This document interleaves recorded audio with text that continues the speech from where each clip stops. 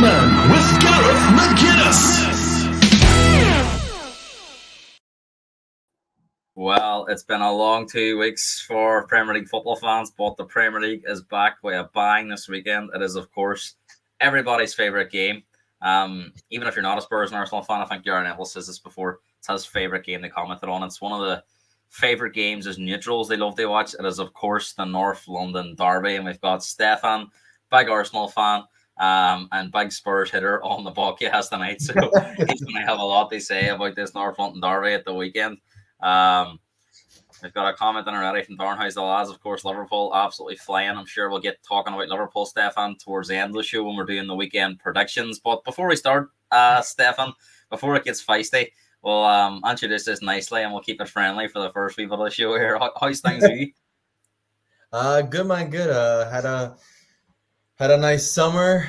Sadly, now here where I am, the summer's pretty much over. It's rainy and slowly getting colder. So yeah, just looking forward to the season also because these international breaks feel like months. So yeah, just want to get this game over with. To be honest, what about you? We've actually got a big one over the north part of Ireland, didn't you? You got he's beaten Northern Ireland 1-0. So Yeah. it wasn't so bad for you. We had a really bad international break. We lost to England and Greece, and Ireland are really struggling at the moment. Yeah. I mean, to be honest, like if we couldn't beat Northern Ireland, then I think it's just You get 4 points from your 2 games, didn't you? Yeah, we beat who did we beat? We beat Northern Ireland, and we drew with I think was it Finland? Was it Finland? No, we have to play Finland now, so it couldn't be Finland. Yeah, I have no idea. I don't remember. I went to I watched the game against Northern Ireland, but the other game I totally forgot. I'm gonna be honest. I totally forgot. I just saw the result after, but yeah. Well, one thing you will not forget about, Stefan, is of course Sunday's game, the North London Derby. And I suppose Arsenal would have been huge favourites up to about a week ago.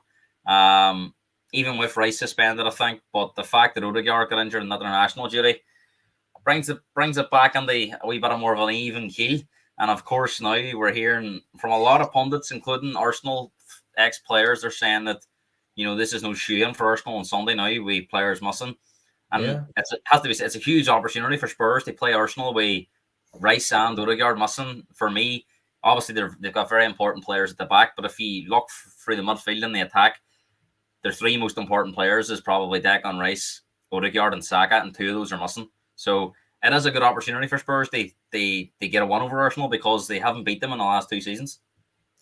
No, I agree. Definitely Arsenal is weaker, but again, I'm still surprisingly quite confident. It's a derby, of course. Even if we had our full team, those type of games are never shoo-ins. I mean, Darren can tell me if I'm wrong, but I read a really shocking stat that I didn't know was that Liverpool have only beaten Everton twice in Klopp's tenure, which really shocked me because Everton have been horrendous. But it just shows that I think away from home. Yeah.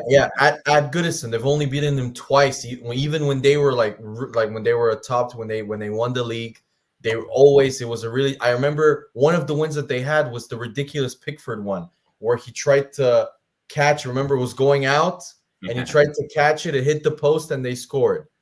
So yeah. So I was shocked at reading that. So in terms of us winning it, it's gonna be a super difficult game. Spurs are already.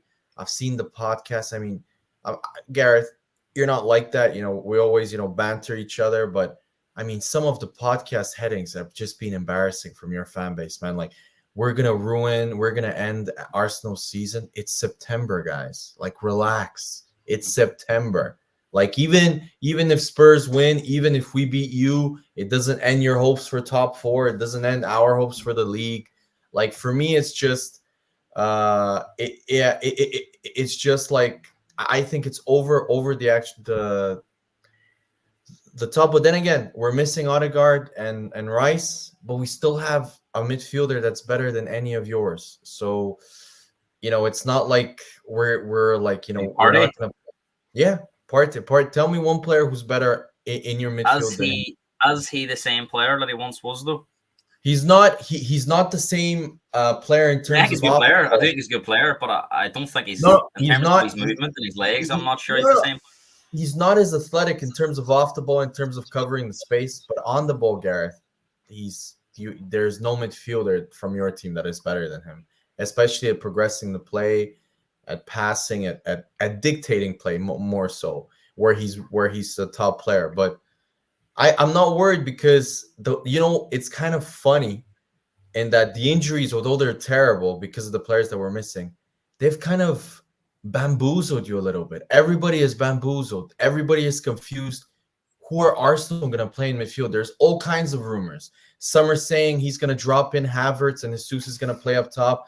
Some are saying he's going to play with a two-man pivot with Jorginho and Partey and play Havertz as the 10. Some are saying Zinchenko might drop in as the The number 8. youngster as well has been mentioned, hasn't he? Yeah, somewhere else. Which, by the way, I'm gonna end it now. Arteta's not giving a 17-year-old his Premier League, start his debut start against Spurs away. So that's not happening. But it's kind of created, some are saying he might play Raheem Sterling as a false 9. So I Does think that worry you though that there's so much kind of it could go. no. There's no real. It's not been trial before any of these kind of players in this system. No. It for me, it shows why our recruitment has been, I would say, really, really good over the last few years. Is Arteta has always prioritized, one of his main priorities was the ability to be versatile. Oh, there's also been rumors that Timber might play 6 because he's so comfortable when he actually inverts. So I think that's a sign of where our squad is now. Trossard can also play as the 8. He can also play as the 10. So we have quite a few options that we can actually play. And you never know. I think it's a really big long shot if Odegaard plays. But Arteta today in his press conference was not dismissive or didn't say he's I going think to miss the that's more game. down to mind games. Yeah. I think it's mind games also. And if he does play, I think he'll need like a doping test after the game for sure if he manages to play in the game. But I like it's for me, I'm just happy Timber is playing because last season, especially in the difficult away games, I really do believe that if Timber played left back instead of Zinchenko, not because Zinchenko, I just think defensively we need to be more solid away from home. I'm really, really happy. I thought Timber against Aston Villa, he completely nullified Bailey, played really well. So I'm excited, Gareth. I'm looking forward to it. It's a massive challenge for the team because we're missing our captain and arguably our best player, apart from Saka. So yeah, let's see if we're truly a title challenging team. We have to have the mentality that we can deal with situations like this. And everything is going up for Spurs. Van de Ven is fit. Spurs have no excuse now. We'll come back to Arsenal, Stefan, because I want to focus on Spurs for now. We'll come back to Arsenal and then we'll discuss the match before we look at the rest of the weekend's games. But suppose that sometimes these things, when they do fall Spurs' way, these opportunities, they don't seize them. And you feel that there's probably not a better time to play Arsenal than it is now. The fact they've lost Rice to suspension, Odegaard, you're unlikely to play Arsenal at a better time. Of course, they have all great players, but they'll be missing 2 key players for any team. If Man City were missing Haaland, you'd want to play Man City without Haaland, for example. So, sure. Is the Spurs team capable of seizing the opportunity, Stefan? I mean, because they haven't in recent seasons gone by when things have gone their way. Spurs are the ultimate, and this is where we're gonna start bantering. Spurs are really soft, Gareth. They're the ultimate team that when they have no expectations, they surprise you and play above their expectations. But the moment they have some sort of expectations, they falter. So, for example, the Spurs that I've noticed under Ange, they always play much better when they're a goal down than when they're actually at 0-0 or even a goal up. That tells me that they're not strong enough mentally, which is once they go down, they say, screw it, we're just gonna go for it now. We've got nothing to lose. And it reminds me of the latter Arsenal teams under Wenger, where it was quite similar. But let's see. I mean, you have the perfect chance now. You're at home.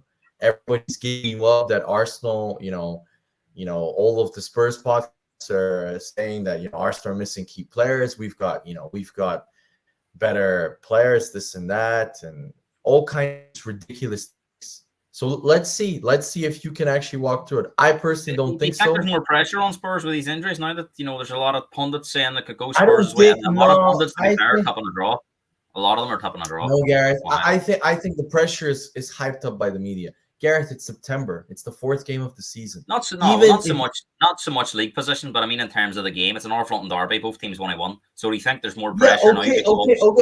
Arsenal Both teams, true. Both teams want to win, Gareth. But if you give me the league in May and we lose to you on Sunday, I don't care, Gareth. I really don't. If we win the league but we lose to you on Sunday, it's like, okay, yeah. Do I want to beat you? Of course, it's a local derby. But for me, the thing about Spurs is, because we're talking about them, I haven't seen one thing that he has changed, Gareth.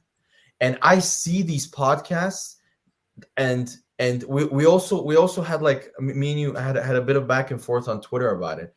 This delusion that you played really well at Newcastle, for me, is you didn't. Because if you look at the game, Newcastle gave you the ball. They said, come and try. And all of your shots, because everybody hyped up how many shots you had. Most of your shots were long range, extremely low quality chances. And the goal that you scored was a missed kick from Brennan Johnson. And your other best chance was a cross that deflected onto the post of Newcastle. So it wasn't like from open play. This Man United fan disagrees. He thinks Spurs have been very good, but they could lose a weekend and they would be in crisis mode. 4 points after 4 games. What I would say is I agree with some of that. I think they need to be the chances that they're missing. Yes, there was the odd one, but they weren't. Can you tell me? They weren't like massive XG chances. No, yeah, but Gary, sorry to interrupt. Can you, when I hear on the podcast, because I always listen to the Spurs, so we can have so I can have an idea what big chances did you miss against Newcastle, Gareth? Please, because I can't remember one. Like, for example, I remember. Wait, just 2 seconds. For example, I remember against Newcastle, Murphy in the second half had a massive chance. The near post, the brilliant save by Wenger. That was a big chance. I can't remember a single chance like that Spurs had in that game. Yeah, I think a lot of the ones under the box players weren't in the right positions and stuff like that should have led to better chances. But what I would where I would disagree, Stefan, is I don't think maybe Newcastle didn't mind playing the counter attack, but for large spells they were camped in their own final third. I don't think that would have been the plan. It parts in that second half they couldn't get out of that final third. And yes, when teams set up to play counter attack, they're going to give the ball away. They're going to give the other team the ball at times, but they were under so much pressure at times where they were scrambling back, last ditch tackles. I don't think that was by design. They were under pressure at times on that second half. They were under pressure, but it was controlled pressure, Gareth. You did nothing with the ball. Dan Burn made some really big blocks at times where they were going. But that's but that's my point. Newcastle were playing with a makeshift defense of Dan Burn and Emil Kraft at center back. That should tell you a lot. Arsenal's defense is David Raya, who, in my opinion, since around March 2024, towards the last 2 months of the season, and now has been the best goalkeeper in the league, in my opinion. Where you're playing against last year's best defense in the league last year, with Yuri Timber, who for me is an upgrade on anybody that we have at left back. You're playing against a much better team than Newcastle, and even with that, it was. Let's be honest, Gareth, against Newcastle, the counterattack that they scored, was that not predictable? Did you not feel? Well, no, you could see it coming. If Spurs didn't take their chances, they would get punished. Yeah, because the high line with, you're gonna play a supremely high line with Isaac, Gordon, and Barnes. That's just and you know what? What I would say is, though, they didn't get them behind Spurs too much in that game. That was the one time. That was that really they were clean through and goal. I would say the first 20 minutes of the first half, they were really on you. And although they didn't have like clear-cut chances. If we look at pure stats, because I don't like to just look at pure stats, like watch the game and stuff and then look. But Newcastle had, I think you guys had 20 or 19 shots overall. Newcastle had, I think, 6 or 7. They finished with a much higher XG than you. I think they finished with a 1.8. You finished with the second goal was probably highly popular next. Okay, but Gareth, but you still have to create that, and they did. And the worst part of it was they created it from one through ball. They split your whole defense with one through ball. That's it. So Owen's saying here, Spurs had no striker against Newcastle. You think that played a part on why they had no real focal point at times? When there was nobody getting under them areas, they put the ball in they were putting good crosses on, but nobody in the right areas. Okay, maybe, yeah, but I watched Solanke against Leicester. It was the same. Brennan, I remember listening to. Do you think Spurs don't deserve any more than what they have so far in terms of performances? Because Ange says that the performances should have yielded more points. Against Newcastle, no, you did nothing. You had half chances, and you had long range shots. I don't think they deserve to lose the game, but I don't think Newcastle were where they were. No. Do I think Newcastle deserve to beat you outrightly? No, but at the end of the day, Newcastle had the better chances. If you look at it on paper, it was the same when we argued about Villa. Arsenal were lucky because Villa had better chances than us. So you could argue that Villa should have got something out of the game. But Leicester, for example, yeah, you guys could have won the game in the first half. But then again, you could argue the other hypothetical that in my opinion, if it wasn't for Bentancur's injury in the second half, and Vicario's brilliant save, Leicester were going to score. Let's be honest. They were on you. It can change very quickly from one month. Spurs is on top and then they're defending. No, because he wouldn't have met Nick Nack yet. He's a new listener, Southampton fan. He believes Spurs were very unlucky to beat Leicester, Newcastle, poor finishing. I think, it's not just poor finishing. I think what Stefan is right at poor decision making at times, crosses, shots when they should be working the ball better, and some of the crossing at times is really, really poor. And I think it all alludes to Stefan. They need to become a more ruthless team when they're in those areas. And have they got the players, Spurs, to be ruthless? You know, you think about Brennan Johnson doesn't inspire you. Timo Werner's shocking. Kulusevski's Brennan, it's realistically Son and Solanke. That's the only two you can put your house on. They score goals. Yeah, Brennan. Honestly, Gareth, and you're gonna say this, I'm biased. Brennan Johnson, since I've started watching the Prem and Spurs, is one of the worst attacking players that I've seen at Spurs, man. And that's watching 15 years of some, Grant Holtbys and like some terrible players, man. Like I would put him under the Alex Iwobi category. He flatters the deceive. Hey, I'm sorry, Alex Iwobi is a far better player than him. I'm sorry, Alex Iwobi. I'm sorry, Alex Iwobi can actually play with both feet, has a bit of technique. All Brennan Johnson is he's a straight line runner, and he can't dribble, man. He never take. I listened to some Spurs podcasts, like famous ones, that praised Brennan Johnson's play in Newcastle. What? He kept crossing without looking up, so he just kept crossing to thin air. How is that good? That's I think as well, but he needs a striker. He needs a striker in the box for his game. No, but Gareth, you cannot just cross for the sake of you're a Premier League player, man. You can't just run like a headless chicken and then just cross across the box. Nick agrees with you. It's just not at the level per play at times. I completely agree. The funniest thing is, would you take Brennan Johnson at Southampton? Because if you wouldn't take him at Southampton, he shouldn't be at Spurs. Honestly, wait. Who's their right winger? I think Southampton have a better right winger than him. We'll talk about Southampton later, Nick, so stick around. We were saying there, no players are frustrating at Spurs. We says about Johnson, Werner, Kulusevski, no real end product at times. And I suppose that boils down to, there's a lot of pressure on Son, but with 65 million on his head, he's back in the squad this weekend. There's a lot of pressure on Solanke to deliver, not just because of the price tag, but because of the lack of killers in that Spurs team at the moment. I mean, it's not his fault that you guys paid 65 million. Let's be honest. Do I think he's worth? Do me and you agreed on this when we spoke? Like, we both agree that he's not worth 65 million. He really isn't, because that 65 million is predicated on last season. Because if you look at his previous seasons, bar one championship season, his stats are worse than Richarlison. Yeah. Just, so do I like Solanke far more than Richarlison? Yes. Do I think he's the answer and he's going to kind of like allow your team to go up another level? I'm sorry, call me a How hater. do you think he'll do this weekend against Saliba and Gabriel?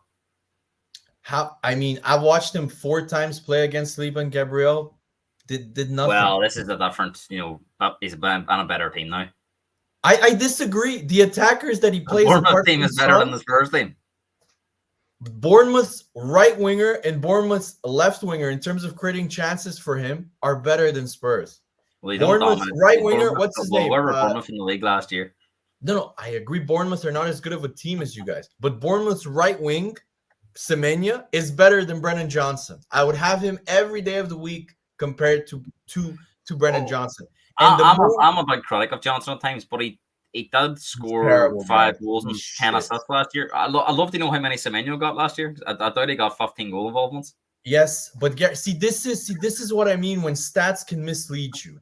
I'm just saying. I already says to you that I don't think Johnson's the answer, but he did set up 10 goals last year. Yeah, but he set up crosses across. They were all the same type of goals. Like, if you watch him play, yeah, they are. He's a bit of a trademark assister. Let's do 1 minute or 2 on Johnson in terms of what I see. I see a very one-dimensional type player. Doesn't have a left foot.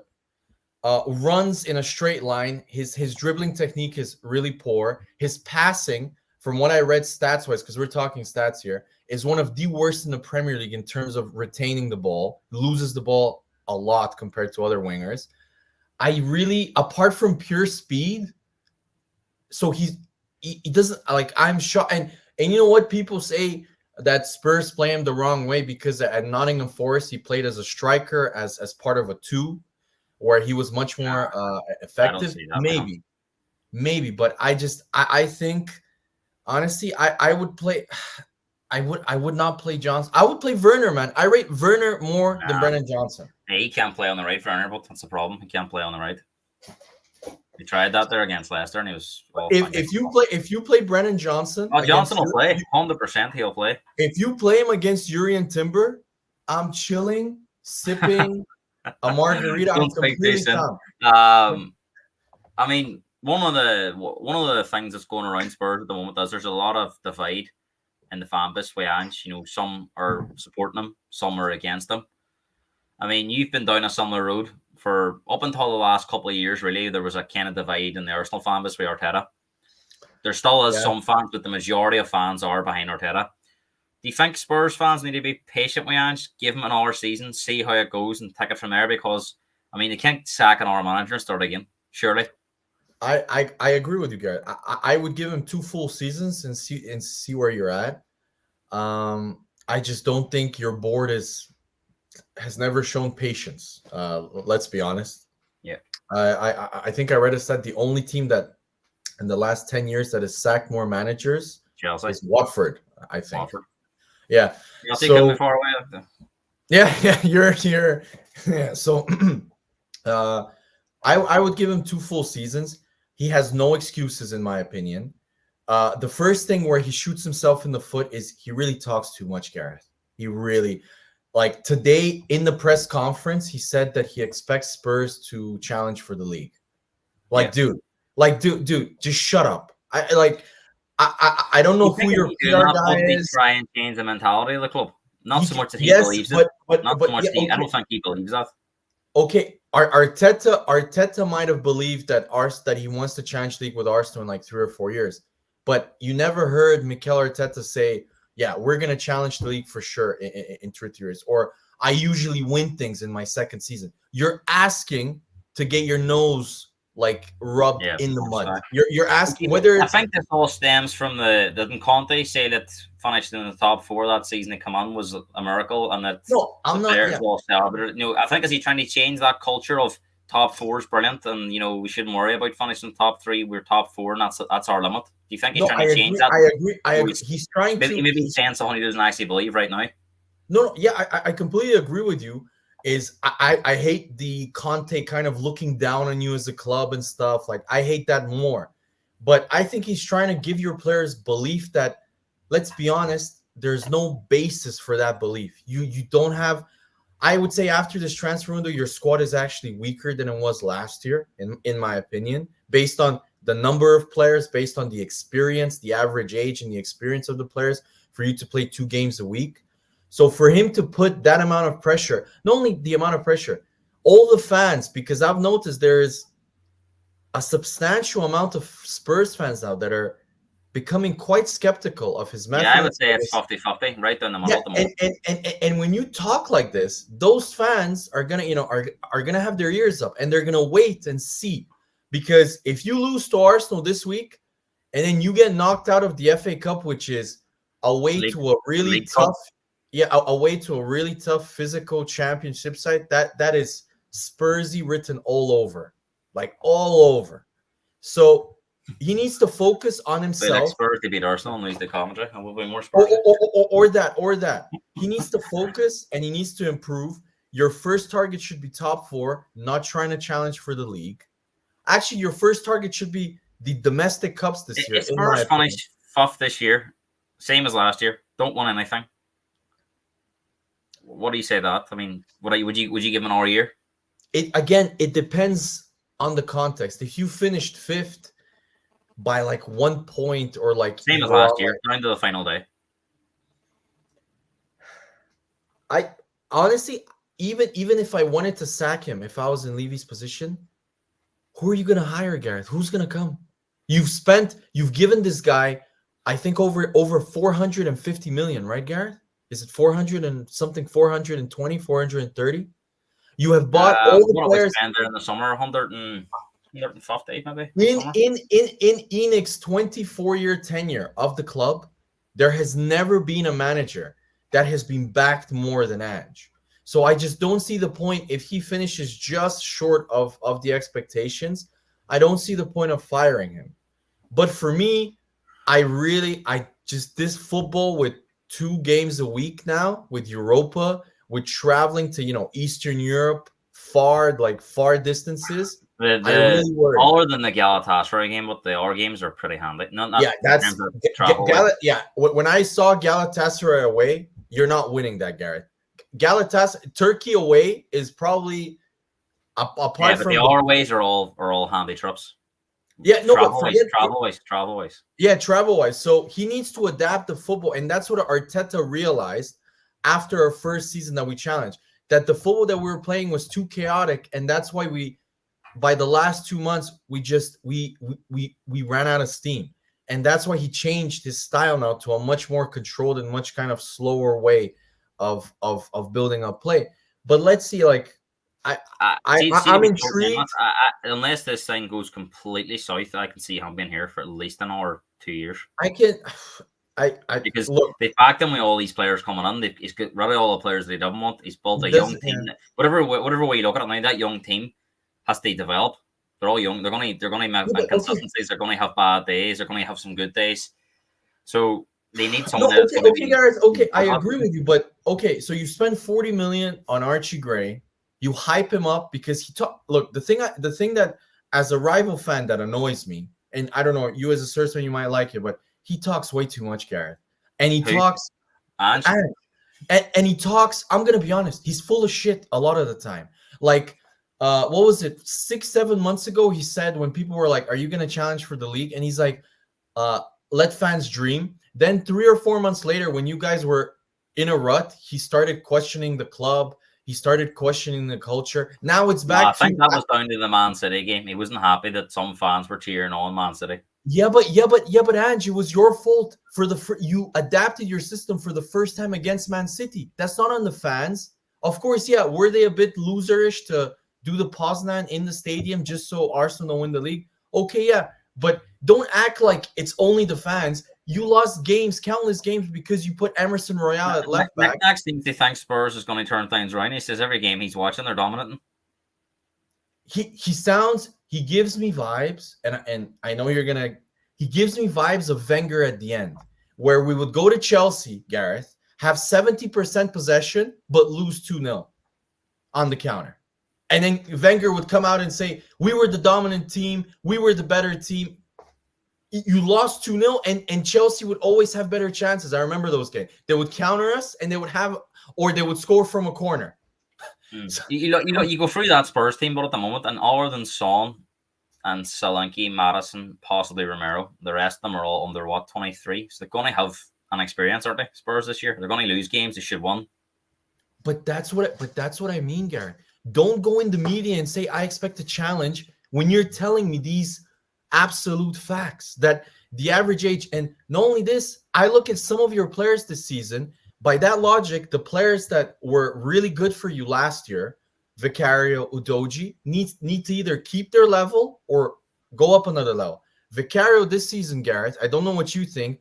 Last 3 games, he doesn't look the same. He's regressed a little bit. He's made some great saves. He's great at shot stopping, but in terms of process, he's not coming off his line. I've never, honestly, I don't remember the last time I've seen a keeper that literally, if he can go into his goal on crosses, he would. Like I think he's been told to do that. I think he's been told to do that. I'm really like, he really hasn't, and that's not just a weakness of his. That's a glaring weakness of his. Like the ability to deal and the command of his area. He doesn't have that, which for me, for such a big goalkeeper, like I remember the Petr checks, even Gomez. Remember Gomez from Spurs? I know he would make terrible errors. But Gareth, if there was a high ball in the air, Gomez was always getting it. When I came to saving someone, he was like fish fingers. He just didn't melt. Okay. Let's turn negatives into a positive here, because I know you'll have plenty positive to say about Arsenal. We'll come back to Spurs. I'll come back to you in some of them things. I'm going to let you ramble on here before I come up with some sense. But here, Arteta has signed a new contract on the eve of the North London derby. Timing might be a coincidence, I don't know, but this was always something that was in the pipeline. But if Arsenal needed a boost after what happened with Rice and Odegaard, this is it. I suppose Arteta has been here 5 years now, Stefan.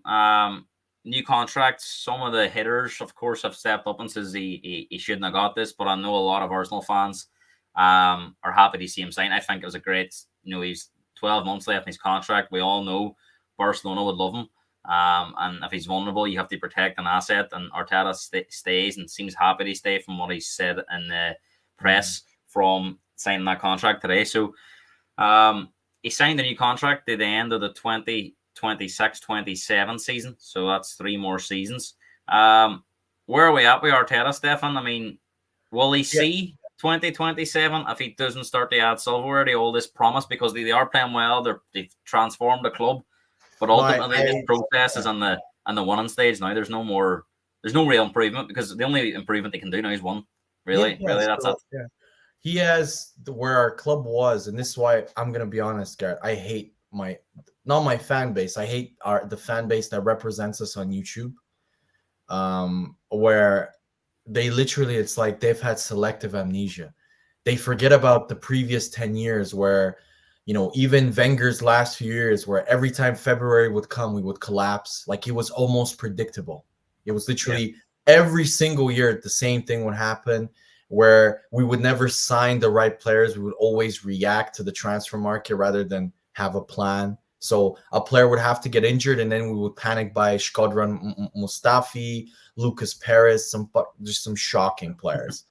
And now we have a manager that has not only transformed. If you read some of the Athletic articles or whatever that cover Arsenal and that have done in-depth research in terms of how he has changed, not only just the outlook of the team, the fabric of the team based on the players, the culture most importantly, but how he's improved every aspect at Arsenal and how that's fed through him, whether it's our training ground has improved massively. We've made renovations to our recovery. Everything has been driven by him. Everything. Just like when Jurgen Klopp went to Liverpool, he changed, everybody. I remember in the first 2 years, everybody made fun of Klopp for hiring set piece coaches. And they were like, what is this? Like, that's nobody. This is like NFL style, hires and stuff like that. Now, if you don't have a set piece coach like Spurs previously, like, you're like, why don't I have a set piece coach? You're the all one, right? Yeah. So So for me, it's it was a no-brainer. If you look at just his basic stats, whether it's his win percentage, he has a higher win percentage than Arsene Wenger or George Graham. Just like Jurgen Klopp, he's unlucky at the fact that he's competing at the same time as Pep. I honestly do believe that, if Man City weren't there, we would have won the league last year, just like Liverpool say they would have won a lot of the time. So for me, it's a matter of time. But also, if you look at the fact that we have a young coach that is improving the team each season, you can clearly see whether it's the recruitment, the style of football, the points that we accumulate, but also the average age of the squad is still extremely young. So the 3-year contract will perfectly coincide with all the players going into their prime. And Arsenal will state we turned a net profit this season in terms of transfers. Yeah. Has the problem he got them that he can't really? The only improvement now he's won him. Yeah, like, yeah. So he's made huge improvements and he's plugged all the gaps. They're competing with Man City, competing with Liverpool. But forget that, Garrett. Look at the recruitment. So just I'm gonna throw a shot at Spurs now. So Spurs try to go for Pedro Neto. Okay, he chooses to go to Chelsea. Do you really think if Arsenal or Liverpool had gone for Pedro Neto this summer, he would have chosen Chelsea over us? No chance. Unless Arsenal don't want to pay the money. That's the only. But I mean, what he has done is he has recruited players that 5 or 6 years ago would have never been recruited. But we would have never been in the ballpark of them talking to us. Declan Rice, Jurrien Timber was wanted by Bayern Munich. Jurrien Timber said no to Bayern Munich. Calafiori supposedly was wanted by Juventus and Real Madrid. He said no to Juventus as an Italian. Yeah, and that's all great. But what I'm saying to you is this process has to bang here at some stage. And, it's already this 3-year contract now. It has to happen. It has to happen in the next 2 to 3 years. No, that's true. But the fact that we have copycat clubs that want to be Arsenal, like you guys, like Chelsea, that are copying all of the process. Yeah, you guys are doing the exact same thing Arsenal are doing. Everybody is copying, and before that, Arsenal copied Liverpool's process. Maybe not in the same way. Liverpool invested first in forwards and in getting the forward line right, and then they invested massively in the backbone of the squad in Fabinho and Alisson. Arsenal did it the other way around, and I think next summer, whether we win this year, Arsenal are going to go really big next year. They're going to go, if Newcastle don't get Champions League, they're going to go for Isaac. They're going to go for big-time forwards. So for me... But it would be under huge pressure going into the next summer if he didn't win anything this year, wouldn't he? He'd be under huge pressure. He'd have to deliver next season, or that would be it, surely. If he finishes second again and we get over 90, I don't know, 93, 94 points... Yeah. No, if they bang on, you know what? He needs to win maybe the FA Cup, but I want to see an improvement in the league, and I want to see an improvement in the Champions League. I expect this season. I'll be totally honest with you. I think whoever finishes second this year is going to be champions, because I think Man City's points deduction is going to come into play. So, I mean, I don't think so, Gareth. I think Man City are too big to get punished like that. I'm going to be honest. I can't let them off completely, but surely. I mean, they mightn't get a hefty punishment, but there'll be some sort of deduction, surely. And if you're anywhere within 3 or 4 points of them, and they get deducted 10 points. No, but you see, Darren writes, Arteta needs to win the league or Champions League in the next 2 seasons. Klopp is celebrated as this great, amazing coach. Yes, he won the Champions League, but a number of Liverpool managers that weren't great in the league, like who won the Benitez. Benitez won it, and I think they finished 5th in the league that year. So they've always had European heritage, Liverpool. It's just in their DNA. But Klopp won 1 league in 9 seasons. Was Klopp ever under any under pressure at any point? And he won his first league after 5 years. After 5 years. We're saying, but we're at the 5-year point now. So I agree, but I never heard this narrative from people. I never heard Arteta needs to as well, but. Yeah, and only that, I also never heard the narrative where Arteta needs to win also a domestic club. I didn't say Harry won. No, but Champions League, I think you just need to win something. Yeah, in the media, because with Klopp again, Klopp is just loved by I don't understand it because he's so rude to the media all the time. But Klopp, people forget, And Darren can confirm this. Klopp ignored the FA Cup and the League Cup in his first, when he was challenging for the Champions League and when he was going head to head. The only time when he started focusing on the FA Cup and League Cup was when they dropped off. Well, so that is right, and I'm not going to be a hypocrite here because I'm not going to say that you get any. I wouldn't say it's because we're going to throw that back here. But he did get the 3 Champions League finals between Dortmund, Liverpool. So he was always at the top table fighting. You think about Arteta, he's only been in 1 final in 5 years, and he won it, to be fair, in his first season. So he haven't really been challenging for any type of trophy at all. I can't even think if he's got a semi-final at Wembley. Yeah. In the FA Cup. We got to a semi-final last year. We got to the quarterfinal of the Champions League. So look, I think what Arteta, he needs to break through. I agree with you, but I would prefer him to break through by winning the league or winning the Champions League. I don't want him to win an FA Cup and sugarcoat everything. I'm serious. I don't. We've won. Look at Ange there for money spent. Arteta spent a pretty penny. Ange in the last 2 years has spent but Arteta spent quite a bit in the 5 years. Arteta overall has spent a lot, but Ange in the last 2 years since he's been at Spurs has spent more money than. What I would say on that, and I do agree, there has been a lot of money spent, is the Kane fee. I don't want any excuses. It is not my fault, and I've said this to other Spurs fans when they argue with me about the money. It is not my fault you spent a combined 150 million on Archie Gray, Richarlison, and Brennan Johnson. What I would say is, though, they probably wouldn't have signed Solanke if they had Kane, if you know what I mean. They've had to replace Kane, and they've had 100 million put in their pocket. Okay, Gareth. Make it make sense to me. He's been available all summer, and you sign him in August, and he's been your number 1 choice, and then you sign him a season later. So you sell Kane. You don't sign any replacement. Well, I think last year they used the Kane money to buy Van de Ven and Madison. So they used AJAR as a squad. They go about how they do. What I mean is the money they spent, there's 100 million there came from Kane. So they used that. They replace, Arsenal haven't sold anyone of that caliber. That was what I mean.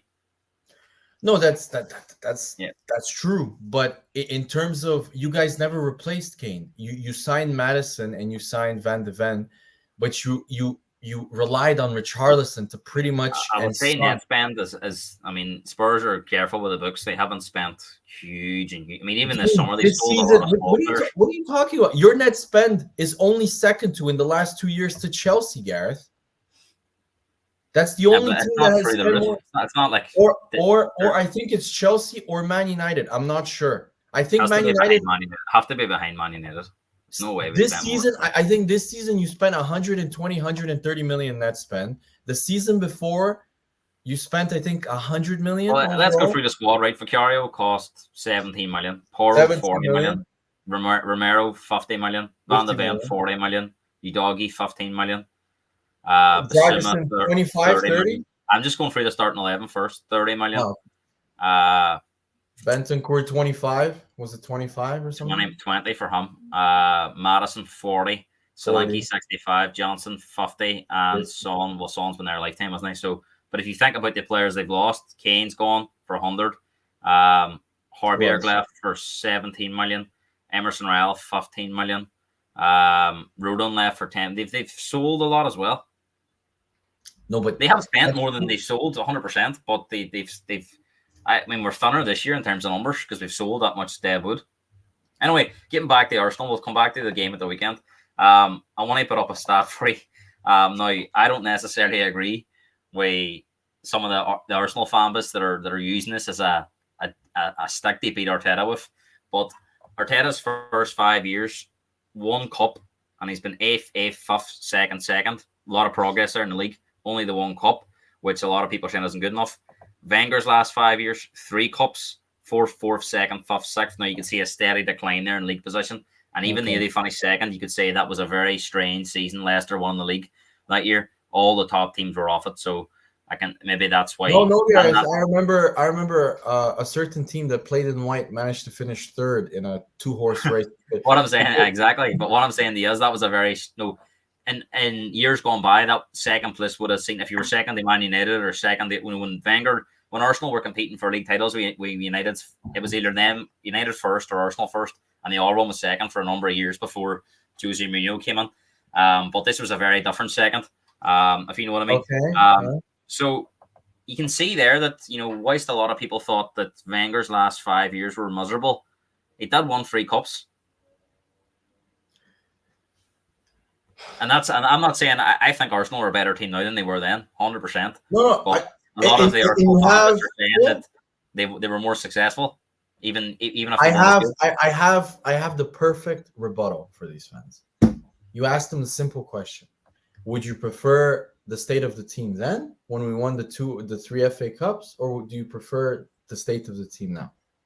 The way our club is run, the way we make transfers, the way we play, the tactical way, everything in general.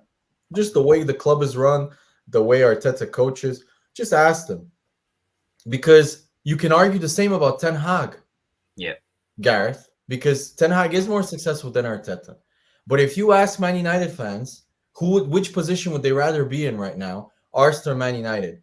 Only the most diehard Man United fans. First, I think you finished 8th. I think 4th. 8th, 4th, 4th.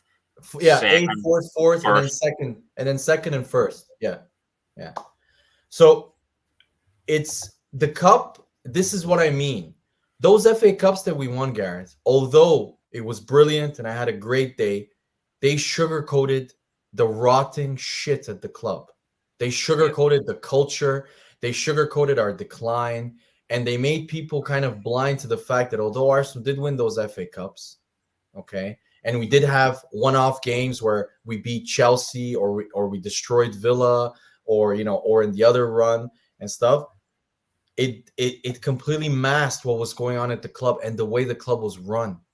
With Arteta, all I can see is the way we are run, just like with Klopp. I agree with you. I 100%. It is no wait, just to finish. It is, in my opinion, it is inevitable that we will win a league title. That's what I was going to say, right? That's what I was going to say. If he's don't win, this is going to be looked back at like a period where a bit like the Pochettino era at Spurs, where they played great football and that. Pochettino's team was never as good as this team. No, never as good. They weren't as good, but they were another team that had opportunities and didn't take them. Yeah, but here's the beauty of context. You had the ultimate opportunity where everybody was shit, Gareth. We don't have that opportunity because we have a potentially Liverpool in like a honeymoon phase with Arne Slot. They have a very easy 10-game schedule, like the first 10 games. So it's the perfect opportunity for them to get some like momentum. And also it's a new coach, it's fresh, and they have amazing attacking players, especially. But that's not all relevant though, because I understand what you're saying, but if you look back through the history books, it won't say in brackets, second, they have brilliant Man City team. It'll just say you're second. No, but you know what I mean? Okay, it won't say in brackets, but I think the context of ours, for example, Klopp is celebrated as some sort of Premier League legend. Should Klopp, a guy that's won the Premier League once, the same amount as I think if Arteta wins it once, he will be considered a legend as well. I disagree with this. No, Klopp or Arteta, if they win the league once, should not be considered Premier League legends. Are Mourinho, that has won 3 times, Wenger, that has won it 3 times, that has won it multiple times, and that has done it in like with different teams and in different eras. Longevity, I think longevity. But if Arteta was here 10 years, won a Premier League and a Champions League, and won a couple of domestic cups, he would be considered a legend. I think that's fair. No, Klopp, again, people are taking... This is what I mean by the Klopp defenders. They're obsessed with Klopp. Klopp is a better coach than Arteta. However, I don't care about his Champions League record. We're talking about Premier League. He's won 1 Premier League, the same amount as Claudio Ranieri. Do you think Arteta will win more Premier Leagues than Klopp did? In my opinion, yes. Because of luck. Because of the fact that I don't think Pep is going to stay. I think this is his final year. That is my opinion. We're gonna before we move back to the game this weekend, going to finish off the Arsenal here. Erden Hag on paper has had a better few years. That's just a Man United fan turning when you. No, Danny, I agree. Danny, you know what? Like that great moment on TV when Rio Ferdinand put the paper down and said, sign him up. Danny, I agree with you. Ten Hag is better. Give him a 6-year contract, please. Give him time. Let him keep spending on half of the Dutch league. Before we move back to the preview for the game, it is the start of a huge week for Arsenal. Of course, Spurs away, Atlanta away, and Man City away. That obviously it can be tougher, but that is as tough as it'll get at any point of a season. Think of Atlanta last year, how successful they were in the Europa League. Of course, they are beatable, but they did dethrone Liverpool last year. And it won't be a good game. Of course, the North London Derby is the North London Derby. Even when Arsenal were on their pump and Spurs were a mid-table struggling team, even fighting relegation, Thierry Henry always says it was difficult. And Man City away, of course, is a difficult game for any team in world football. And of course, you have to factor in the Rice and Odegaard injuries to this. Now, a lot of pundits like Paul Merson, who you know is very outspoken, he says Arsenal's season, Premier League season, in terms of winning the Premier League this year, could be over comes next Sunday if they don't get at least 4 points out of Spurs and Man City. What would you say to that? I mean, do you think it all comes down to this week, or is it far too early to be writing teams off? That's ridiculous. It's September. Before you come on, sorry, what he said was he says the problem is if they draw with Spurs and Man City beat Brentford, which you would expect, and Man City beat them, they would be 7 points behind Man City already. And he says it's very difficult to see how they would bridge that gap again. I mean, they said the same thing last year when Liverpool were on their run, and I think we were 6 points behind Liverpool when we played them. At the end of the season, we finished 7 points ahead of them. So, yeah, but Man City are different. Again, things can change quickly. Man City can get a big injury. Man City can, I don't know, the charges can drop and it can affect the whole team. You never know. And this guaranteed loss at Man City. Last year, Arsenal played 3 games against Man City. We didn't lose one of them, and we actually won one of them. So it's not a guarantee that Man City beat us. Of course, it's a difficult game. No, I'm not saying it's a guarantee. I'm just saying what he's saying. He says if we don't get at least 4 points this week, we can forget about winning the league. No, I do agree that we should beat Spurs. I think Spurs are the tactics of Ange I think are very beatable. I think if Arsenal get 4 points and even a draw away at Atlanta, it'd be a great week. I disagree because Atlanta are shit this year. I don't know if you've watched. They lost all of their best players. Literally, they sold all of their best players. If they'll win all games in that Champions League, I think they'll have enough to qualify. And what I'm saying is, I don't think it will be a bad week with the players they're missing with the 2 difficult Premier League games. I think if they beat Spurs, draw at Atlanta, and hold City to a draw, I think that'll be a good week. No, but Gareth, you're forgetting that Declan Rice is back for Atalanta and City. Yeah, well, sorry, Odegaard mustn't both those games. Yeah, Odegaard. I mean, yeah, but that's the whole point. We have to be able to deal with setbacks, and this again is an example of a test for the coach. How is he going to tweak the system to make us more effective? To downplay the fact that Odegaard, our main creative outlet, is missing. It's a big week, and you know what, Gareth? I'm kind of happy that it's in September, Gareth. Yeah, I want these type of if we have disappointments, I don't want them to be in December like last year or in April, like when we lost to Villa, for example. I want them to be in September. If we can start slow, Sir Alex Ferguson was the king of that. Man United would start really slow. Everybody would say they're shit. There's an argument though that the football's changed and saying I think their points tallies were way lower than what Man City's posting now. No, but that's true. But it's a very similar pattern. Man City also usually starts slow because let's be honest. Let's look at the teams Man City played. Man City played Ipswich at home, which is a guaranteed win. Let's be honest. They played Chelsea away. To be honest, the form Haaland's on at the minute. Every game. Yeah, true. No, Haaland is in top form. But here's the thing: everybody talks about Arsenal stuff. What about Man City? If Haaland gets injured, there is no more Alvarez. So they have no replacement. And then if Rodri also, who's literally on course, if he is fit for every one of those games, he's on course to play over 65 games towards the end of the year. Time will tell, but I think he's left himself short. Yeah, striker. I think he's needed to sign a striker in the summer. I really did. I agree with you, Gareth, but we've spoken about this. Which striker, Gareth? You go to Newcastle and you give him 100 million for Isak and you bring him up. They wanted 200, Gareth. Would you give them 200 million? They were under pressure to sell. No, they weren't. That's why they didn't sell Bruno. Everybody was saying for months Bruno is going to be Well, sold. even go further, you give him 120. He scores you goals. And the I love problem they've got this Isaac. weekend, the I problem they've love got, Isaac, the man. I problem love they've got, Isaac. yeah, but I the lo- problem they've got now, even when Rice is available, he plays a slightly different role to Odegaard. So they're going to have to drop Havertz back in the midfield probably, and he's their I best agree. option as a striker at the moment. And you haven't to rely on Jesus staying fit or else playing Trossard or Sterling as a false nine. I honestly, I read a really interesting stat. Sterling against Spurs has 15 goals and assists. He plays really well against you guys. You can forget about it. They'll not do nothing this weekend. Against against Poro, I'd be a little bit concerned against Poro. I'm more worried about Trossard. I'm really Trossard's the type of player. If I was you, Gareth, I'll be the most worried about Saka because Udogie in the last 3 games has looked really, really shit. The Leicester Saka's that type of player, but if he gets a chance, he's going to score. But Udogie doesn't look like the same player he was at the start of last season. He's not fought properly. I actually don't know. The right winger from Leicester tore him to shreds. He's not fought properly.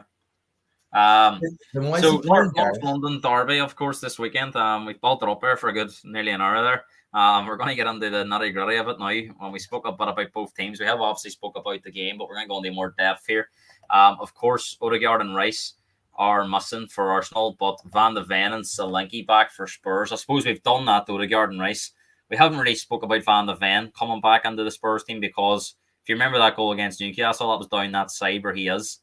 And he has got the piss that can bail Spurs out at times, and he's done it a number of times in his sort of first season for Spurs. So, okay. I mean, how big of a boost? I think Solanke's a boost as well, but I think Van de Ven's the bigger one. I mean, he played against Leicester. You didn't look good defensively in the second half. Is he better than Dragusin based on the system? Yeah, but I don't rate your system.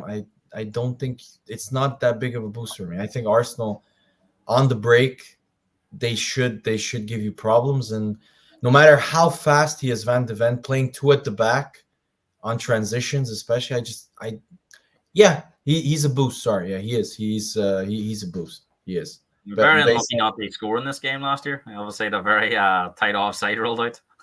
It was, but it was offside. So well, and it was also extremely lucky how he managed to get to the shot. Do you think that game last year, and this was a fully fit Arsenal team, by the way, do you think you were fortunate they won that game last year? A fully fit Arsenal team? Last year? I mean, from what I remember, Jesus didn't play. Timber was their first choice. So Havertz is their first choice. And who did you guys have missing? Udogie? Yeah, but I'm saying it was near enough fully. It'll be a stronger Arsenal team last year that played compared to this way. I mean, a lot of things went. I don't want to be controversial on him, but a lot of things went Arsenal's in favor that day. And you think about the tight offside, and Spurs had a really big penalty. But Gareth, I could argue that the tight offside was an extremely fluky shot and deflection that perfectly landed onto. Yeah, nevertheless, it still went in your favor. Okay, yeah, because he was offside. So I mean, by that much, it was a toenail offside. Okay, but it's a tough away game. Of course, every team needs a little bit of luck to win the game. But I'm sorry, Gareth, I'm not going to take that because we scored exactly the goals that we both predicted before that game. I said we would score on you from a set piece. We scored 2 goals from set pieces, and I said we would score on you from a counterattack, which is literally exactly what happened in that game. So it was predictable. Were we clinical that game? Yes, but then I can argue at 3-0 when Spurs fans keep tapping themselves on the back for the Raya mistake that gave you the goal. At 3-0, I remember there was a chip to Saka, and Saka missed, in my opinion, a clear goal that could have been to 4-0. So this type of hypothetical, it's going to come down to who creates the better chances and who is more clinical. And in my opinion, just an interesting stat to hype up Arsenal. Arsenal have not conceded the lead away from home since December 2023 against Fulham when we lost. Arsenal in 2024, the whole 2024, have conceded 3 away goals, 2 of which were against Spurs since the start. Arsenal's away form is the best in Europe in the last 100%, but they were on the ropes at times against Spurs. I disagree. You did nothing in that game. You did absolutely It nothing. was 3-0 at halftime. I couldn't believe it, to be honest. I didn't No, think it was a 3-0 game. you had, if you remember, you had two big chances.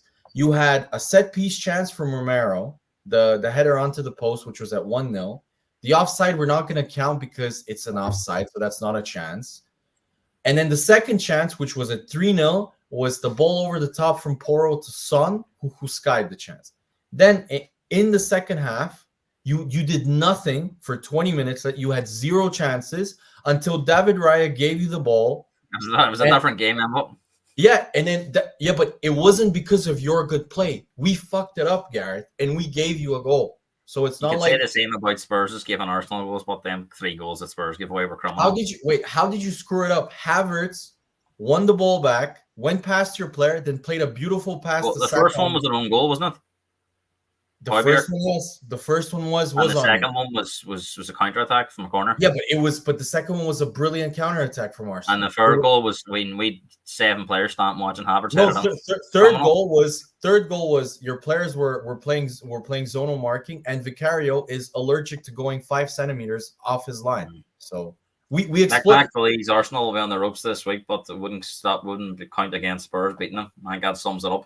I mean, a lot of talk about Arsenal's midfield, Stefan. Paul Merson, again, we reference him. He says that he would worry if it was a midfield 3 of Partey, Jorginho, and Havertz based on their mobility and their legs around the Spurs midfield. What would you be worried about that potential? You think about Basuma, Sarr, Madison against those 3.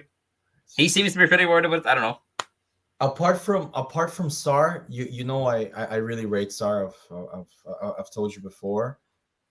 Madison has been, apart from the first half in the Leicester game, has been pretty, I would say, average this season. I thought he was in the second half against Newcastle. I thought he was one of your worst players. So Madison hasn't set the world. He needs to step up this weekend. He needs to perform. Yeah, he hasn't set the world alight this season. So I'm not really worried.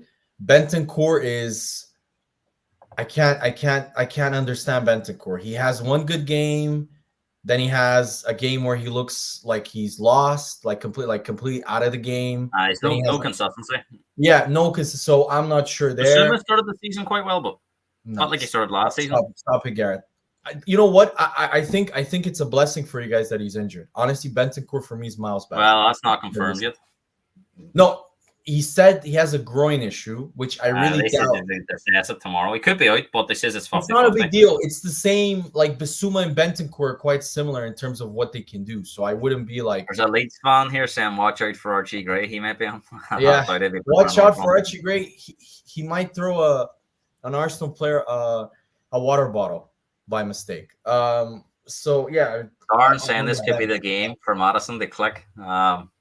Madison does like to play well against Arsenal specifically, but I'm not worried because I prefer experience over legs in the midfield. I prefer class over leg. And how do you expect Arsenal to play? Because I think they're going to set up they frustrate Spurs and hit them in the counter attack.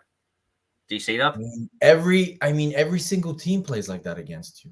There's an argument that that's not Jorginho's strength. Has strengths passing and getting on the ball and playing. No, his strength is exactly getting on the ball and then playing dart, like long balls, long deep balls into Martinelli, into Saka, into Sterling potentially. So I honestly I think Jorginho and Partey, you're forgetting also Partey is really good. So Partey can play long balls. So I think it's going to be very situational, Gareth. I think at times we're going to dominate the ball for maybe 10-15 minutes. Then you will dominate the ball for 10-15 minutes. And that's how our team is going to respond based on the defensive line. At times, our defensive line will be high up. At times, it won't be. That's the whole point. That is, for me, the major difference as to why I think we'll win. Because you guys play exactly the same way, no matter what happens. And that's why I think where Arsenal will exploit you, and not only Arsenal, other teams will, like Newcastle did.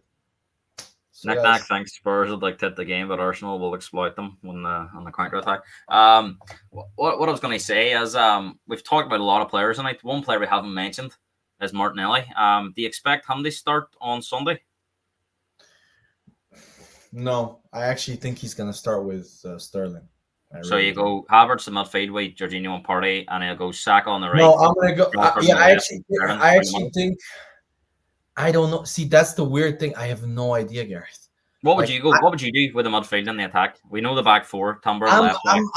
I'm not good. I would go more attacking. I would go Partey, Havertz, and Trossard at the 10, and I would go Sterling, Jesus, Saka. and Saka. Yeah, that's how I would go. But knowing Arteta, Arteta's a defensive coach. He's a cautious. He's always chooses caution. I think Arteta's gonna go with Jorginho and Partey as a pivot, and then the key will be the number 10 position. And I think Leeds fan saying you can thank us for Ben White. We taught him how to play football. yeah, well, he then moved on to Brighton and became even better. So I think he might have been on loan at Leeds from Brighton. yeah, he was on loan for the year with when they went up with Bielsa. So yeah, but I honestly think that, and I think Havertz and Jesus, Garrett. The reason why is I think Havertz is going to play as like a false number 9, where Jesus might drop into the number 10 and Havertz goes up, and they're gonna interchange so Havertz can run into those spaces, because that's what Havertz is really, really good. And the other thing why you'll play Havertz in midfield is because Havertz is one of the best pressing players in the league in terms of off the ball defensively, and he will really help Jorginho and Partey, because Partey isn't the same player athletically off the ball that he used to be. He's still just as good on the ball. But what is your prediction for the game on Sunday? I'm going for a 2-1 Arsenal win. It's gonna be tight. It's gonna be difficult, but I think we'll win. I think we'll win. I think Spurs really have to take this opportunity against Arsenal. Best time to play Arsenal you're going to get. No, don't give me what you think. Give me your honest prediction. No, this is what I'm saying. I think if Spurs are clinical, they'll win. It'll come down to them being clinical. If they're not, they'll get beat or draw or whatever. But I think if they're clinical, take their chances, they'll win. I think Arsenal will be vulnerable. They wouldn't have planned for this. They wouldn't have had too many situations where these both players are missing. They wouldn't have had a lot of time to work on it. Realistically, players been away international break. Arteta would have banked on Odegaard being available. Freak injury. They've only had a couple of days to prepare. Havertz normally plays as a striker. He could be drafted on the midfield. It's going to unsettle him a wee bit, and I think that's going to work in Spurs' favour. And Solanke is going to get off the mark in the North London derby. So I'm going to go for a 3-1 Spurs 1. You're going to score. I actually can't remember the last time we've conceded 3 goals, Gareth. It's the North London derby, but anything can happen. So we'll see. The boys are saying 1-1, 2-0 Arsenal. Knick-knacks going. Wait. Let me actually think. When did Arsenal concede 3 goals? I honestly think the last time Arsenal conceded 3 goals was. Oh, we scored 4 against these last year in 2 games, so we can definitely score goals against these. Okay, yeah, okay. Let's see. I mean, we're probably the only team last year to score twice against these. You know the North London derby, it's going to be fireworks. There's always goals. I can't think of that. Yeah, but I agree with you. But that's the thing with Spurs fans. They keep telling me about scoring goals. You can't defend. This system. We'll score more than you this week. That's what I'm going to say. How? With Solanke and Brennan Johnson? It'll click. It'll click this week. And Son always scores against Arsenal too. He'll get a goal. Let's get into the rest of the predictions, Stefan. And you know me, I'm pretty honest. I actually do think we'll win this weekend. I know, Gareth. That's the problem with you Spurs fans. You're delusional all the time, but it's okay. It's fine. Let's look at the 12:30 game, and of course, Knick-Knack will have an interest in this. Being a Southampton fan, they take on Man United. In my opinion, I think this is a game that Southampton need. Pressure's off because you're playing Man United, and United are not going well. So Southampton have an opportunity here to get at least 1 point on the board. They're one of the only teams I think them and Everton are the only teams they lose their 3 games. Correct? I think it's just those 2. No, I think also the other promoted team, I think, also lost all of their games. No, Ipswich got a point and Leicester got a point. So I think those 2. Yeah. Ipswich got a point last time. Right? Leicester did get a point against the mighty Spurs, but yeah. Which is more than Arsenal get this weekend, but here. He's saying there's big pressure on both managers for this one. He would take a draw. Stefan, can Southampton get a result this weekend against Man United? Gareth, bets are on here. I've put a £10 bet here in Bulgaria. It's 6-1. I'll put €10. I'll make 60 if they beat. I'm banking on Southampton to win, man. Southampton at St. Mary's. It's a very kind of. I've always hated St. Mary's. It's a super tricky ground to actually go to. It's much more difficult than people kind of expect. And I actually think, from what I've watched from Southampton, they've played really well. I watched them against Newcastle. They were by far the better team against Newcastle. I don't know how they lost that game. Some of the other games. We spoke to Nick after the Brentford game. He was on here the first time. He was on the chat, and yes, he was saying about the Newcastle game being a good. They played well against the 10 men, but they lost in the Forest at home, and they were pretty poor. And then the Brentford game, they seemed to completely implode at the back with a 10 out. I actually watched the Brentford game. The first 25, 30 minutes, they were completely on top of Brentford. They just didn't take. The problem is, they don't take their chances. If you watch the Newcastle game, they had so many chances, even after the red card, but even before, they had some good chances. They were the better team. So I honestly think Man United are going to unlock Southampton. I'm going to go for a cheeky 2-1 win.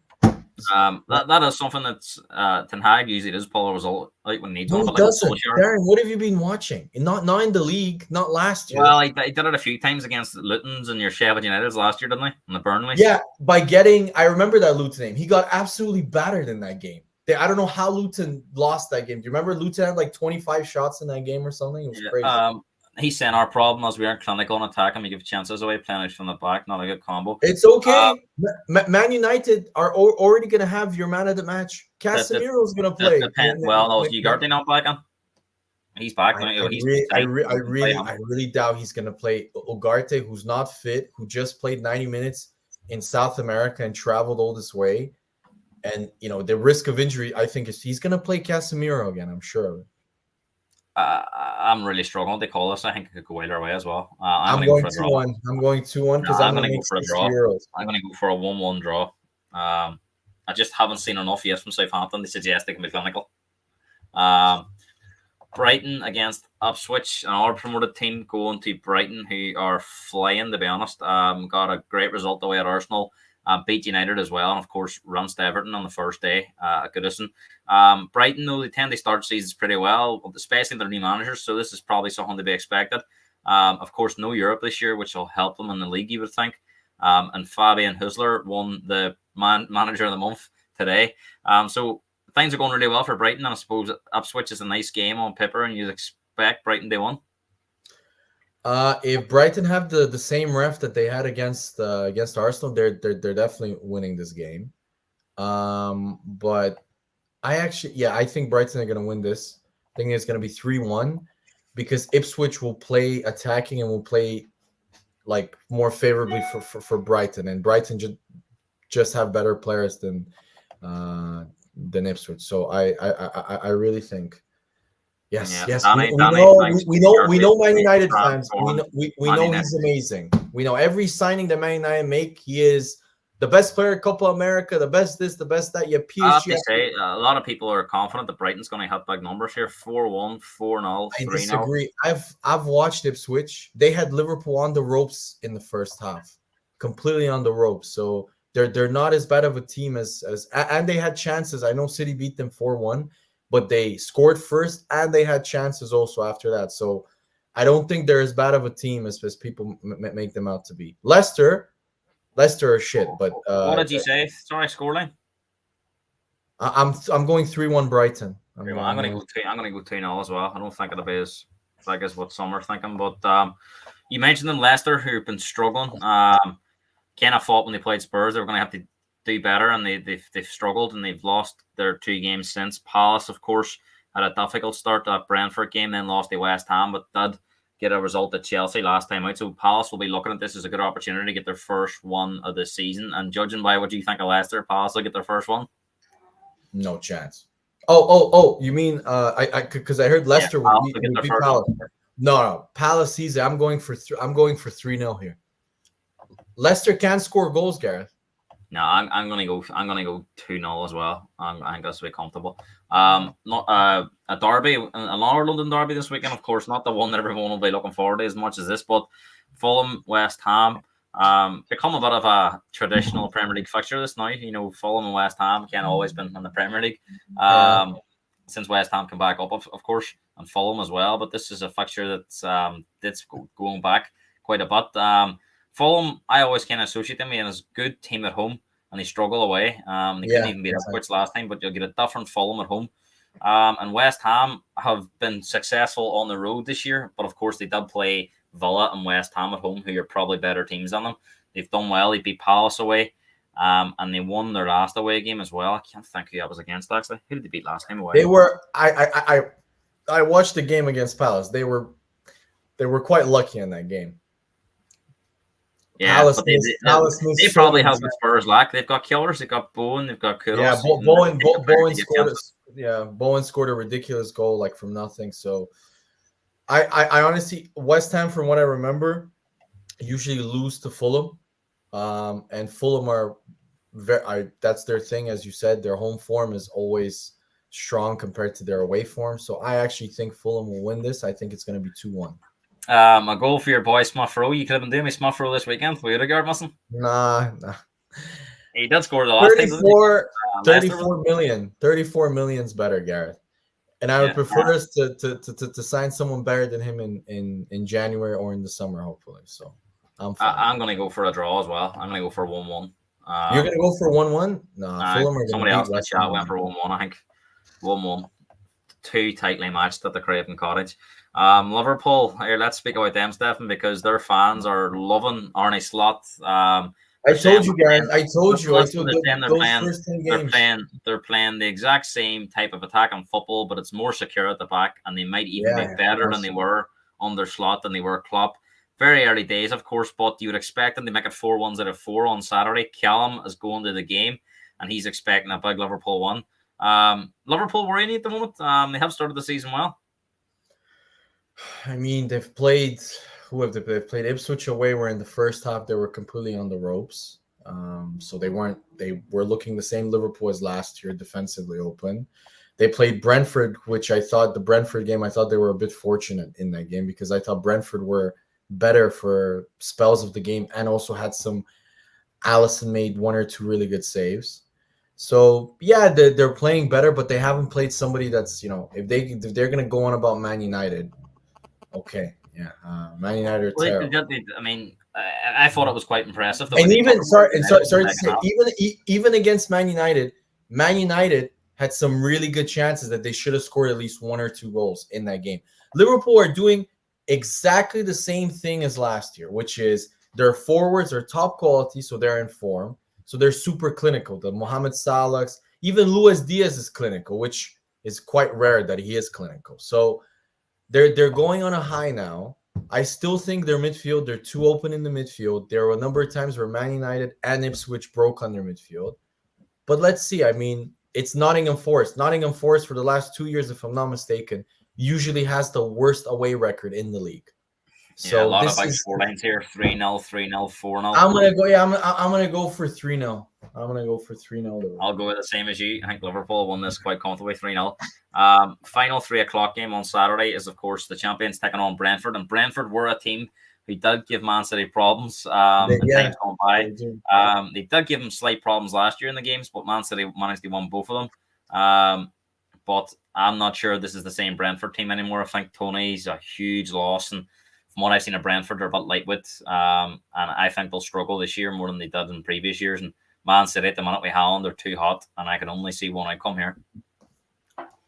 I actually disagree. I think Brentford's style of play really gives Man City issues because of the 3 at the back, and I think they still, although they don't have the same physicality, Gareth, as they had before with Tony, they still have speed. And Mbeumo is, like, in my opinion, I know Haaland deserved the Player of the Month, but I think Mbeumo has been the best player in the league.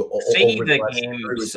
I watched Brentford against Liverpool, and their best chances came from set pieces. See, when they did break on Liverpool, they didn't. Apart from Mbeumo, nobody could match. That's not true. I remember they broke on them, and then they crossed into the box, and from a close range header, Allison made a really good save. I think Tony bought a huge that focal point that they had. No, look, City are going to win this game. I agree with you, but I don't think it's going to be as easy. I think it's going to be Haaland hat-trick. People say 300. I'm gonna go for 3-1. I think Brentford always score against Man City. no matter what. They always do. I'm gonna go for a 3-1. If 3-1. Haaland's on it, I think this is going to be a long day for Brentford. I'm going to go for a 4-0 Man City 1. I just think this man at the minute is irresistible. And if he keeps playing the way he's playing, it's going to be tough for any team to match him. 5:30 on Saturday, Aston Villa against Everton. Now, this is a huge game for Everton, of course. I mean, you would have been forgiven for thinking they got their points on the board against Bournemouth, conceded 3 goals from the 87th minute onwards. They lose 3-2 at home. And I suppose that's worrying. They think they lost the first game 3-0 and then lose to Spurs 4-0. It's not something you traditionally associate with Sean Dyche's team that they're conceding so many goals. They were, and that's a worrying sign. And Villa at the minute are shit hot. They're scoring goals. Watkins is probably their biggest disappointment so far, but Duran's been scoring goals. And Villa went to West Ham and won. They were unlucky against Arsenal, I have to say. I think Watkins should do much better with the chances he got, although it was a great save from Raya. I think he should do better. And of course, they did one last time out as well against Leicester. So Villa have started the season well, Everton not so well. It's hard to see anything other than a Villa 1. Yeah. Here's where I counter that. Emery sucks after international breaks, Gareth. He has a terrible record with Arsenal, with every team that he's been. I think Everton nick a draw here, Gareth. I'm going to go for a 1-1. I'm going to go controversial. Everton could nick it 1-0. No. They're saying 3-1. Danny disagrees completely. He says 6-0 to Villa. He's going big. Villa are one of them teams, but on their day, they can dismantle you. No, Villa play. Danny, the reason why that won't happen is Villa play very... Emery has turned Villa into a pure counter. Do you think Arsenal were fortunate to beat Villa? If we look at the actual chances, yes. But if we look at the state of play and how the chances fell, no. Because at 0-0, Martinez made a ridiculous save that easily could have been 1-0. The Saka, wasn't it? Yeah, the Saka shot, and then the Watkins chance that happened. Let's be honest, Gareth. 99% of the time, that's given as a foul. I can't believe you didn't give that as a foul. I thought it was a clear foul on Gabriel. So okay, we made a mistake, and then Watkins missed. And then the second big chance that you're talking about, the big Raya, it was a shot from nowhere that was going clearly out, deflected perfectly, changed direction, and went onto the post. Like, it was a super...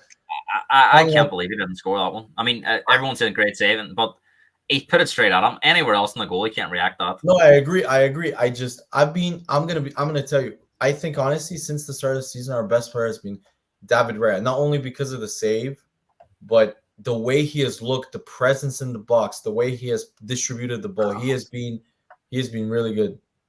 Danny, sorry, he says 6-0 Man City, not 6-0 Villa, 2-0 Villa, so must okay.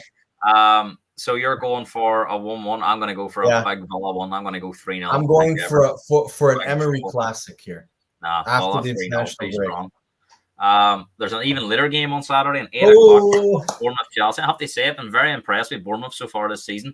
I told you, Gareth. Now you're jumping on the Bournemouth train. I was on it since last season, Gareth. I think they were very unlucky not to beat Newcastle. I think they were robbed of a goal at the end.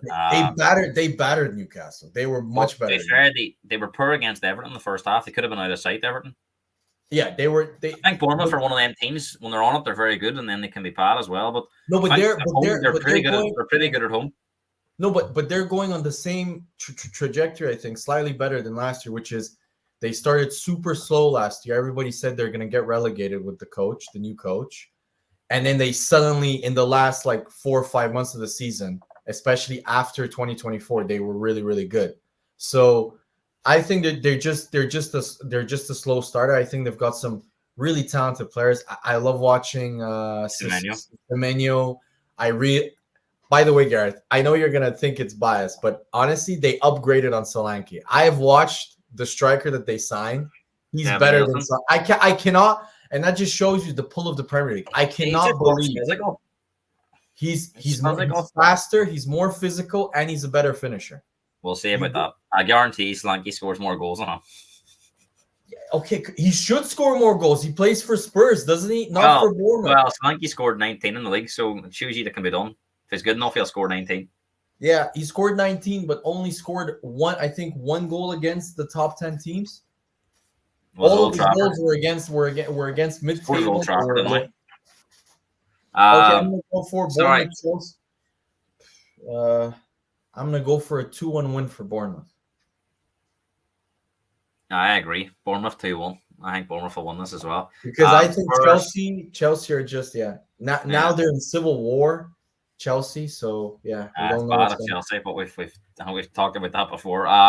Spurs Arsenal. We've said Stefan's going 2-1 Arsenal. I'm going 3-1 Spurs. And the final game of the weekend is Wolves against Newcastle. And I have to say, Newcastle's luck's going to run out at some stage, but I'm not sure Wolves. Wolves are all at sea at the Wolves are moment too. They're good, man. struggling. Wolves are good. Well, they've not started that well. I think they're going to get better, but I mean, Chelsea took them into the cleaners. Yeah, they can't. Wolves can't finish. I'm gonna go for. I'm gonna I'm go going to for a agree with 1-1. I'm gonna go for. Well, I'm gonna go for like Darren 1-1. I'm I going to go. agree I'm going to with. agree with Ollie. I'm going to go 1-1 as well because I don't think Yeah, Newcastle are playing that well. I agree with Newcastle. Have not looked the same kind of energy busting type, like super high intensity in your face, like last year the rugby team style where they get in your face, where they Yeah, kick you with all their players. But I do think that the return of Sandro Tonali will galvanize them a lot. I really think he's a quality player. yeah. Of course, the Champions League kicks off this week, Stefan. And the transfer window is now closed. So before we go off, I'm going to ask you for your Premier League top four and your Champions League and Europa League winner. So we'll start with the Premier League. Your top four in order. I've got a bet, Gareth, for the Premier League top four. You're gonna be surprised. I'm gonna throw a curveball at you. So first, Right. Arsenal, obviously. Second, Man City. Bet Third, beat Darnell. Liverpool. And guess what? My fourth place, Brighton. Brighton. You said that I'm last going year. for Brighton. And your Champions League and Europa Champions League League winner this year. I'm gonna go for Inter. winner. Milan. Yeah, I'm gonna go for Inter. And a Europa League winner, I'm gonna go for Roma. Roma. Interesting, Stefan. Always good to have you on the podcast, of course. It is, of course, the North London Derby this weekend. So all our watchers, I'm sure, will be tuned in. Liverpool Knack in the believes it league. could be a special season for Liverpool. That'll be interesting. Knack, of course, if you ever want to come on the show, just drop us a message and you can always come on. Be good to hear from a Southampton fan. Of course, he believes Man City will win the Champions League. And we're going to finish on a high because I'm confident Knack might say Europa League winners is going to be Spurs. We'll see. We'll give him another 10 seconds. Stop. Just relax. Stop feeding him this delusion. City, Arsenal, Liverpool, United, top four. United, Danny. Okay. I thought Knack was drunk. Danny, you definitely need to take a break. United top four. Lads, Darn, a regular watcher. Of course, we'll get you on the podcast as well as soon as possible. Knack's not. In fact, maybe he doesn't think Europa League. He's not says here. He doesn't no interest on it. Which one? Europa League winner, Knack. He says Man City for the Premier League. What about you, Gareth? What about you? Who are your top four? I'm going to go Man City, Arsenal, Liverpool, and Spurs.